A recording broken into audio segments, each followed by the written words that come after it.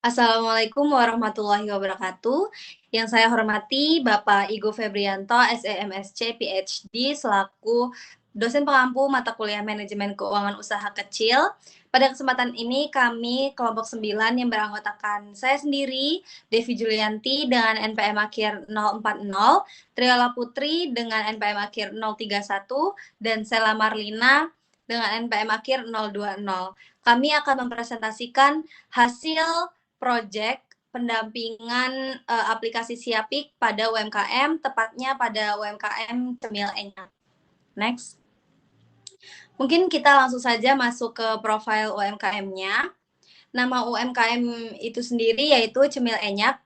Lalu pemilik usahanya ada Kak Balkis Divina Afifa. Bidang usahanya yaitu F&B, tepatnya kuliner atau makanan ringan.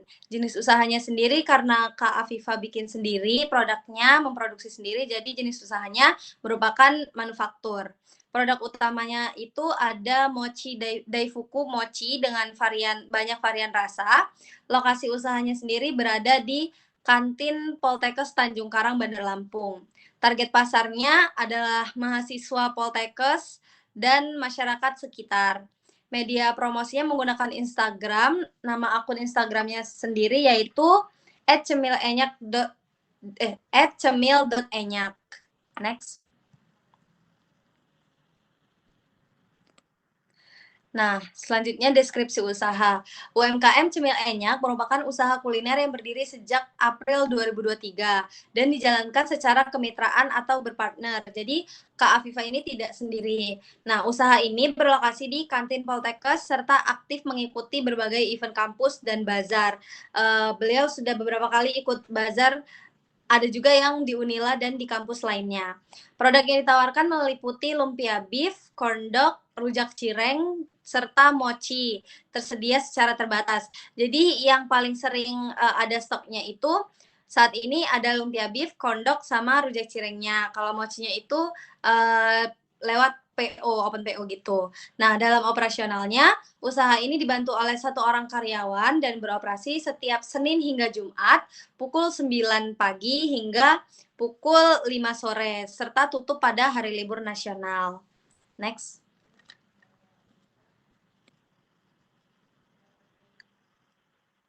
Daftar menunya yaitu menyediakan berbagai cemilan kekinian seperti lumpia beef, mochi, corn dog, dan rujak cireng yang memiliki cita rasa gurih, manis, dan pedas. Seluruh menu ditawarkan dengan harga yang terjangkau karena target pasarnya sendiri yaitu mahasiswa. Itu mulai dari harga 8.000. Jadi cocok untuk berbagai kalangan terutama pelajar dan mahasiswa. Next.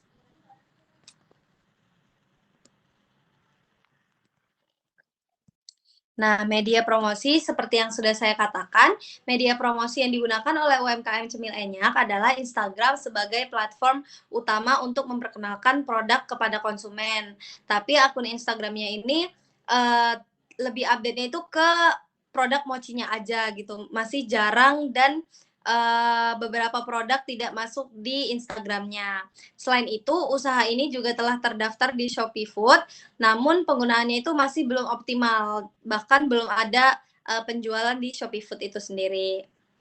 Next.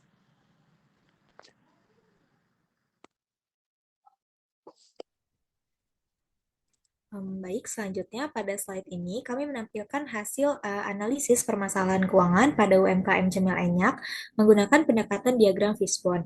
Nah, permasalahan utamanya itu adalah pencatatan keuangan yang tidak tertib sehingga belum terbentuknya laporan keuangan yang memadai. Dilihat dari sisi manusia, masalah utama itu berasal dari kurangnya pemahaman pemilik terkait pentingnya pencatatan keuangan. Hal ini terlihat dari kebiasaan mencampur keuangan pribadi dengan usaha, serta adanya selisih pencatatan yang sering diabaikan. Lalu dilihat dari sisi metode, pencatatan itu masih dilakukan secara manual di buku besar tanpa prosedur yang jelas. Selain itu, tidak ada pemisahan antara keuangan pribadi dan juga usaha, sehingga menyulitkan pemantauan arus kas dan juga evaluasi keuangan. Lalu, jika dilihat dari sisi material atau data, informasi keuangan yang tersedia itu tidak lengkap dan tidak akurat. Hal ini menyebabkan pemilik kesulitan ketika membutuhkan data keuangan secara mendadak untuk pengambilan keputusan. Lalu dilihat dari sisi teknologi atau mesin, usaha ini belum menggunakan aplikasi keuangan. Jadi semua pencatatannya itu masih dilakukan secara manual, sehingga proses rekapitulasi memakan waktu dan berisiko tinggi terjadi kesalahan. Selanjutnya, dari sisi pengukuran, belum terdapat target keuangan maupun evaluasi berkala. Akibatnya, pemilik itu tidak memiliki gambaran jelas mengenai kinerja keuangan usahanya. Lalu yang terakhir itu dilihat dari sisi lingkungan, karena kondisi kantin yang ramai itu membuat pemilik itu lebih fokus pada pelayanan dibanding dengan pencatatan. Jadi, eh, eh, pemilik itu lebih fokus pada eh, penjualan langsungnya gitu. Nah, selain itu pendapatan usaha juga tidak stabil karena bergantung pada aktivitas mahasiswa.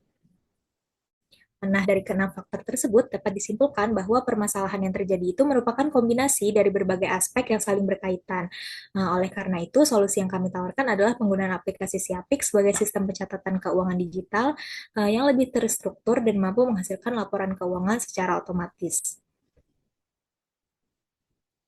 Nah, langkah pertama yang kami lakukan adalah mendaftarkan usaha Cemil Enyak ini ke dalam aplikasi Siapik dengan melengkapi seluruh informasi perusahaan. Data yang diinput itu meliputi nama badan usaha, yaitu Cemil Enyak, alamat usahanya berada di Tanjung Senang Asri Residence, Blok B12, dengan wilayah operasionalnya itu di Kecamatan Tanjung Senang, Kelurahan Waikandis, Kota Bandar Lampung, Provinsi Lampung. Nah, setelah registrasi itu selesai, langkah berikutnya adalah menginput seluruh data produk atau barang jadi yang dijual oleh Cemil Enyak beserta harga jualnya masing-masing. Nah, terdapat 6 produk yang berhasil kami input ke dalam sistem. Yang pertama itu ada corn dog mozzarella mix sosis dengan harga 13.000, corn dog sosis 10.000, lumpia beef chicken 10.000, lumpia beef patty 13.000, lumpia beef smoke 8.000 dan mochi 8.000. Jadi seluruh produk itu tercatat dalam satuan per pieces atau per buah. Nah, dari hasil input transaksi yang telah dilakukan, si Apik itu secara otomatis menghasilkan laporan posisi keuangan atau neraca untuk periode April 2026. Nah, laporan ini itu menunjukkan bahwa total aset usaha Cemil Enyak ini tercatat sebesar 2.189.000 yang terdiri dari kas sebesar 2.089.000 dan tabungan atau dompet elektroniknya sebesar 100.000. Selanjutnya, dari sisi kewajiban, tercatat utang beban em, tercatat utang beban sebesar 1.250.000 sehingga total kewajiban adalah 1.250.000. Adapun modal usahanya tercatat sebesar 4 juta dengan saldo laba sebesar 589.000 sehingga total modalnya adalah 4.589.000 dan total kewajiban serta modalnya menjadi 5.839.000.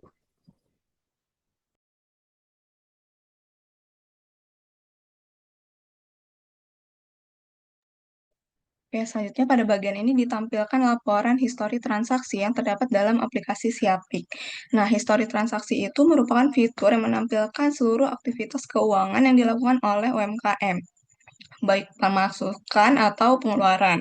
Nah, melalui fitur ini, pemilik dapat melihat tanggal transaksi, jenis transaksi, kemudian keterangan transaksi, serta nominal uang yang masuk atau keluar. Nah, pada laporan tersebut terlihat bahwa terdapat transaksi penjualan tunai pada tanggal 1 April 2026. Nilai transaksi yang tercatat itu sebesar 589.000. Di laporan tersebut terdapat dua sisi pencatatan, yaitu kredit atau penjualan sebesar 589.000 yang menunjukkan jumlah pendapatan yang diperoleh dari penjualan produk. Kemudian ada debit atau kas sebesar 589.000 yang menunjukkan bahwa uang hasil penjualan tersebut masuk ke kas usaha. Sehingga total transaksi yang tercatat pada periode ini adalah 589.000 per tanggal 1 April 2026. Nah, fitur ini dapat membantu karena seluruh catatan keuangan tersimpan secara sistematis dan dapat ditelusuri kembali kapan saja.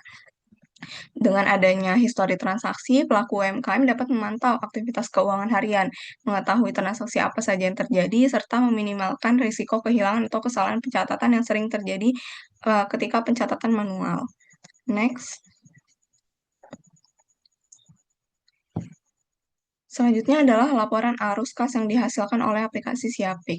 Laporan arus kas itu berfungsi untuk menunjukkan pergerakan uang masuk dan uang keluar dalam suatu periode tertentu. Nah, dalam laporan ini, pemilik usaha dapat melihat berapa jumlah penerimaan kas dari penjualan produk serta berapa jumlah pengeluaran kas untuk biaya operasional seperti pembelian bahan baku, gaji karyawan, atau biaya lainnya. Berdasarkan laporan tersebut, dapat kita lihat bahwa saldo awal kas sebesar 1.600.000. Kemudian terdapat penerimaan kas dari kegiatan usaha sebesar 589.000 yang berasal dari hasil penjualan produk. Karena tidak terdapat pengeluaran pada periode ini, maka seluruh penerimaan kas tersebut menambah saldo kas usaha, sehingga saldo akhir kas menjadi 2.189.000.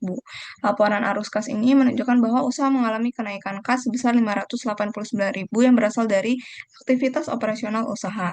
Dengan adanya laporan arus kas, pemilik UMKM dapat mengetahui kondisi likuiditas usahanya, yaitu apakah usahanya memiliki cukup kas untuk menjalankan operasionalnya sehari-hari atau tidak.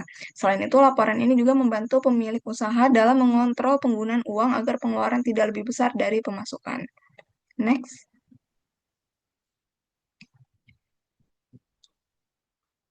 Selanjutnya adalah laporan laba rugi yang juga tersedia dalam aplikasi Siapik secara otomatis.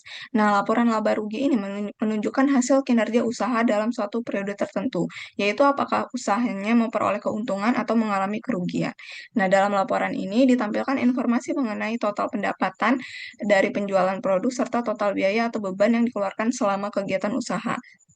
Selisih antara pendapatan dan biaya tersebut akan menghasilkan laba apabila pendapatannya lebih besar dari biaya dan sebaliknya rugi apabila biaya lebih besar dari pendapatan.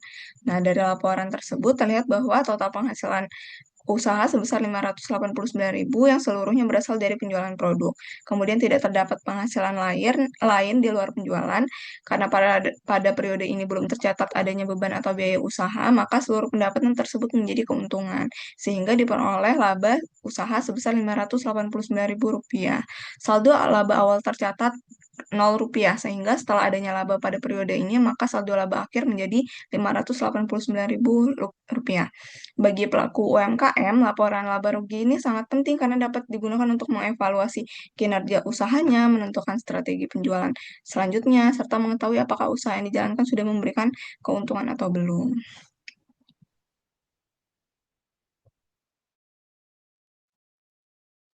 Sekian presentasi hasil pendampingan aplikasi Siapik pada UMKM.